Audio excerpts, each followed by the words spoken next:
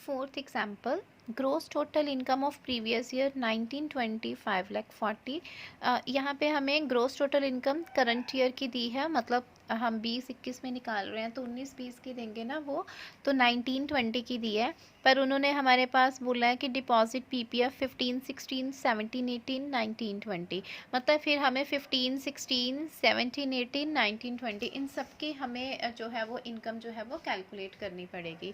Compute the amount of relief under section 89(1) and tax payable by him assessment year to 2021 कि 2021 में कितना हमने tax पे किया, तो उसके फिर प्रीवियस जो ईयर्स हैं उनकी हमें वैसे तो हमने 19-20 की निकालनी थी, बट 15-16 का भी उन्होंने बोला है कि ये दिया हुआ पीपीएफ वगैरह, तो वो हम आगे कैरी फॉरवर्ड जैसे हुआ होगा तो वो फाइंड आउट करेंगे।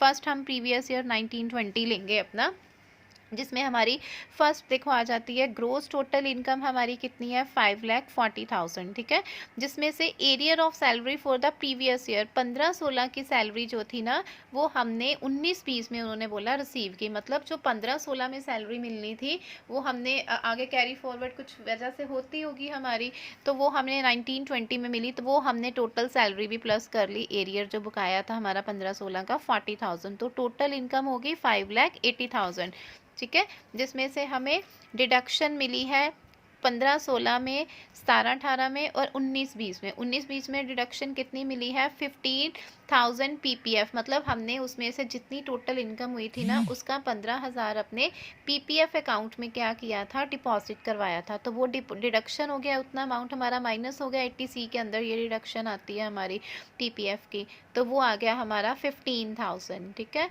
तो वो टोटल हमारी इनकम आ गई है 5,65,000। अब इसके ऊपर टैक्स हम पे करेंगे। टैक्स कैसे पे करते हैं, वही फर्स्ट हमने 2,50,000 के ऊपर पे किया तो वो आ गया नील। नेक्स्ट 250 के ऊपर बच्चे 5%, वो आ गया 12,500। नेक्स्ट हमारा जो बाकी बचा 5,65,000 था ना, तो बाकी रेस्ट कितना बचा 65,000, उसके ऊपर 20%, तो वो आ गया 13,000। टोटल टैक्स बना है हमारा 25,500, ठीक है। This was the first step. Now हमने सेकंड स्टेप करना है gross total income of previous year without arrear. अब हमने 19-20 की इनकम निकालनी, ये बच्चे हमने निकाली थी, जो इसमें हमने अपना जो पिछले साल का एरियर था ना वो भी लिया था ना 40,000 की जो हमारी इनकम हुई थी, तो वो हमने जो है वो इसमें लिया था हमने। अब हमारे पास जो है वो हमने प्रीवियस ईयर का हमने जो ये 40,000 का एरियर था वो नहीं लेना, तो दैट इज़ विदाउट एरियर आ जाएगा, जिसमें हमारे पास फर्स्ट तो हमारे पास बच्चे इनकम है 5,40,000, उसमें से अब ये 40,000 प्लस नहीं करेंगे, हमने बिना एरियर के निकाल रहे हैं, तो उसमें हमारा जितना पीपीएफ था, पीपीएफ तो 19-20 में हमारा डिडक्ट हुआ ही था, तो वो हमने सीधा माइनस करना है। 540 में से 15,000 एटीसी की डिडक्शन माइनस कर दी, तो वो आ गया 5,25,000। अब इसके ऊपर हमने फर्स्ट 2,50,000 के ऊपर पे किया नील, नेक्स्ट 250 पे 5% एंड बाकी कितना बचा 25,000, उसके ऊपर 20%, तो टोटल टैक्स आ गया बच्चे 17,500। इट मीन्स जो अगर हमने विद एरियर जो टैक्स पे किया वो था 25,500, उसमें से विदाउट एरियर जो हमने टैक्स निकाला वो हमारा 17, तो टोटल हमारा टैक्स नेट तो कितना बना 8,000। हमने जो टैक्स पे करना ना वो इतना ही पे करना है, क्योंकि वो तो पिछले साल का विद जो एरियर था वो हमने टैक्स निकाल के उसका माइनस करके बैलेंस निकाल रही है। ये हमारा था 19-20 का। अब हमारे पास नेक्स्ट आ जाता है बच्चे 15-16 का, है ना, तो 15-16 का निकालना, इट मीन्स असेसमेंट ईयर चल रहा होगा 16-17, तो उसके पिछले साल का हमने पे करना है। अब इसमें देखो 15-16 की हमारी जो इनकम थी ना gross total income of previous year 15-16 वो थी 4,50,000, तो हम वो निकालेंगे 4,50,000, जिसमें हमारा पिछला एरियर था 40,000 का, ठीक है, वो एरियर उन्होंने बोला ना 40,000 का था 15-16 का, ये तो 15-16 का वो एरियर था 40,000 का, तो वो आ गया 4,90,000, वही डिडक्शन आ गई 15,000 की, वो हो गई 475, ठीक है। अब यहाँ पे देखो फर्स्ट 2,50,000 के ऊपर कितना आया नील आया, बाकी कितना बचा 250 तो हमारे पास है नहीं, हमारे पास कितना बचा 225। अब यहाँ पे 10% किया बच्चे, ये 10 हम कितना करते होते हैं ऊपर वैसे 5% करते हैं ना, ये 10% पता क्यों किया? बिकॉज जब 15-16 चल रहा था ना असेसमेंट ईयर, तब ये रेट था, तब ये ऐसे रेट नहीं था 5%, 10% नहीं, 20% नहीं था, तब हमारा पहले 250 पे नील था, नेक्स्ट 250 पे हम 5 लाख तक कितना पे करते थे? 10%। तो वो इसलिए 10% लिया क्योंकि ये हम 15-16 की निकाल रहे हैं, तब ये रेट चल रहा था हमारा टैक्स का। तो 10% आ गया इतना, टोटल टैक्स बन गया 22,500 प्लस उनको इसमें से रिबेट मिला है 87। जब 15-16 ईयर्स चलता था ना, तब उनको रिबेट मिलता था सैलरी के ऊपर, तो वो कितनी रिबेट मिलती थी? फिक्स थी रिबेट, दैट इज़ 2000, तो वो हमने माइनस करके हमारा टैक्स आ गया 20,500। ये था हमने, उसके बाद हम ले रहे हैं इसको 15-16 की, वही हमने 40,000, एरियर को नहीं लेना, तो एरियर को नहीं लेंगे तो 450 थी हमारी, उसमें से 15,000 निकल गया, पहले 250 पे नील, नेक्स्ट 185 पे 10%, तो वो 87A के अंदर रिबेट मिल गया 2000 और वो आ गया 4000। ठीक है, 2500, 16,500, उसका नेट टैक्स कितना पे किया? 4000। नाउ एक बार दोबारा यहाँ से सुनो।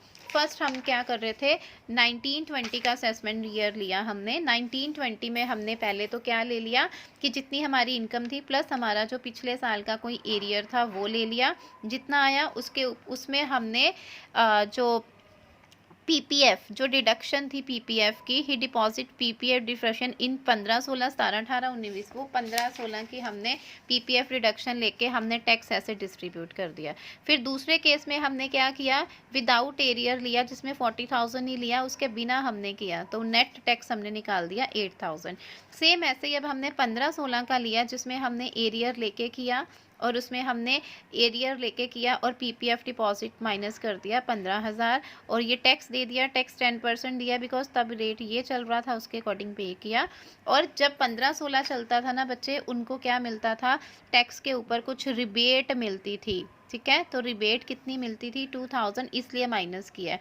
ऊपर नहीं हमने कहीं रिबेट माइनस की ना, क्योंकि अब वो रिबेट यहाँ पर नहीं मिलती, पहले मिलती थी इसलिए माइनस की है। और इसमें भी वैसे ही कर लिया, विदाउट एरियर, पिछले साल का 40,000 का एरियर नहीं लिया, तो उसके अकॉर्डिंग हमने रिबेट माइनस करके ले लिया, नेट टैक्स इतना बना। नाउ लास्ट में हमने टोटल टैक्स फाइंड आउट करना कि अब 2021 में हमने टोटल टैक्स एक्चुअल में पे कितना करना है।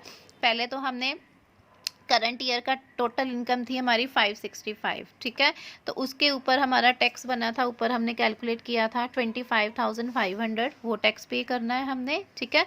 प्लस उसमें एजुकेशन हेल्थ सेस अब लगता है ना 4% एजुकेशन सेस, वो 4% इसके ऊपर लग गया 1020, टोटल आ गया 26,520। और उसके ऊपर हमें 89 सेक्शन A1 के अंदर रिलीफ मिलता है, 89(1) के अंदर हमें रिलीफ मिला, इतना टैक्स था हमारा 4000, तो वो हमारा टोटल टैक्स पेबल बन गया बच्चे 22,520। ठीक है,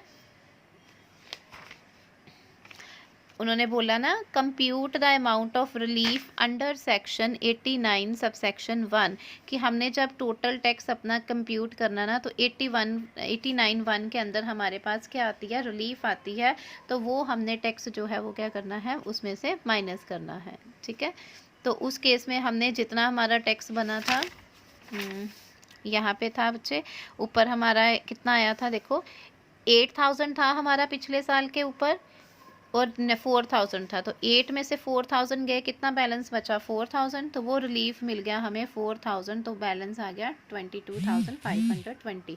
ये करंट ईयर। ये 8,000 में से 4,000 क्यों किया? ये बच्चे पीछे आपको थ्योरी दी है ना रिलीफ अंडर सेक्शन, इसकी मैं अभी ऑडियो में बता देती हूँ ये है क्या। तो उसके अकॉर्डिंग हमने ये जो हमारा पिछले सालों के टैक्स थे उसका जो डिफरेंस नेट आया था वो हमने रिलीफ में हमें मिलता है 89 सब सेक्शन 1 के अंदर, तो वो टोटल टैक्स हमने अब इतना पे करना है करंट ईयर में।